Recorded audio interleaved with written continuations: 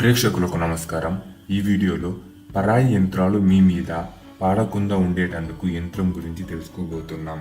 ఆదివారం రోజు రాగి రేకు మీద యంత్రాన్ని రాసి కొత్త నూలు చుట్టి సాంబ్రాణి పొగ వేసి బెల్లం నైవేద్యంగా ఇచ్చి శిరస్సు యందు కట్టుకుంటే పర యంత్రాలు మీ మీద పారవు.